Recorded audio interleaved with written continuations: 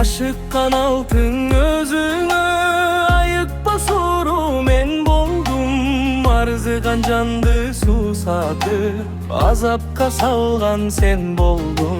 Boy salıp altın özüne bozdoğun bulbul men boldum. Bulbuldun alıp akıldın, bozdotkan gülüm sen boldun.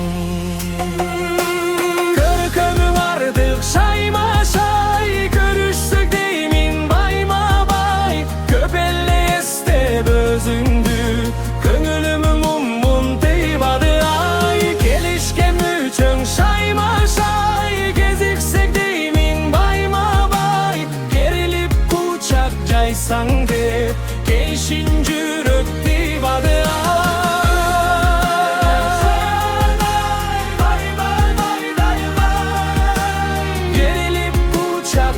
Sandı keşin jürök deybadı ay.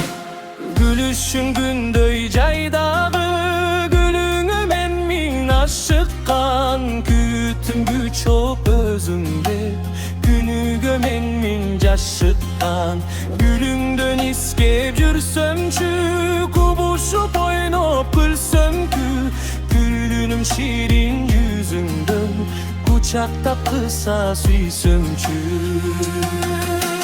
Körüne kalsa kalanın, gözümdü albay kalamın. Göksögön gülüm sen bolup, görsöm dep jonun karadım. Ay çürök olup köldödü, ak köynök kiygen sen bolsun. Arzışkan tügöyüң bolup, akşum karsım al men konson.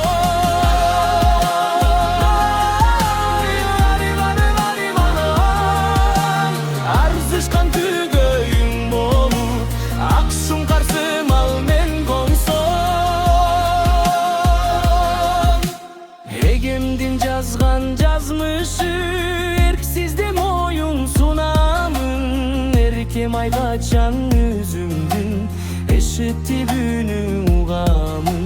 Таңдайдан тамган балыңан тамшана жутуп дем алсам. Тагдырдын ушул белегин татыктуу болуп мен алсам.